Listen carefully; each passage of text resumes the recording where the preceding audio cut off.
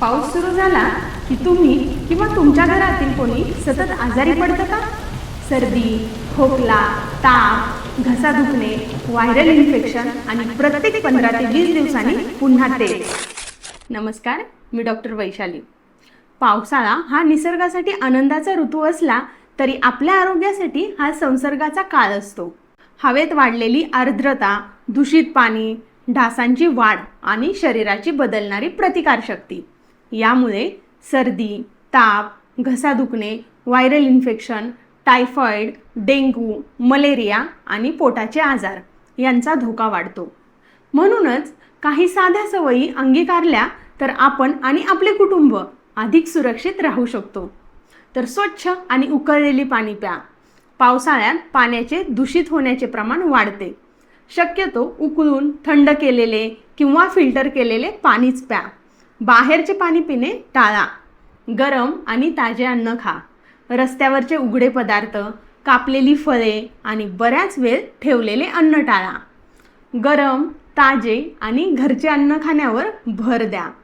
आणि जेवणापूर्वी बाहेरून आल्यावर साबणाने किमान 20 सेकंद हात धुवा. यामुळे अनेक संसर्ग टाळता येतो. भिजलेले कपडे लगेच बदला. पावसात भिजल्यानंतर ओले कपडे जास्त वेळ अंगावर ठेवू नका. कोरडे कपडे घाला आणि शरीर उबदार ठेवा. घराच्या आसपास पाणी साचू देऊ नका. डासापासून बचावासाठी मच्छरदाणी किंवा पूर्ण स्लीव्ज असलेले कपडे वापरा. रोगप्रतिकारशक्ती वाढवा. आहारात हंगामी फळे, भाज्या, प्रथिने, पुरेसे पाणी आणि पुरेशी झोप यांचा समावेश करा. नियमित व्यायामही तितकाच महत्त्वाचा आहे.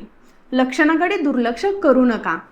ताप, सतत खोकला, श्वास घेण्यास त्रास, तीव्र अशक्तपणा किंवा वारंवार उलट्या, जुलाब होत असतील तर स्वतःहून औषध घेण्याऐवजी डॉक्टरांचा सल्ला घ्या. वारंवार सर्दी, खोकला किंवा ऋतू बदलल्यावर होणाऱ्या तक्रारीसाठी वैयक्तिक तपासणीनंतर योग्य उपचारांचा विचार करता येतो. स्वतःहून औषधं घेणे टाळा. लक्षात ठेवा, पावसाळ्यात आजारापासून बचाव करण्याचा सर्वोत्तम उपाय म्हणजे स्वच्छता, योग्य आहार, पुरेशी झोप आणि वेळेवर उपचार. जर हा व्हिडिओ उपयुक्त वाटला असेल तर नक्की शेअर करा आणि अशाच आरोग्यविषयक माहितीसाठी मला फॉलो करायला विसरू नका.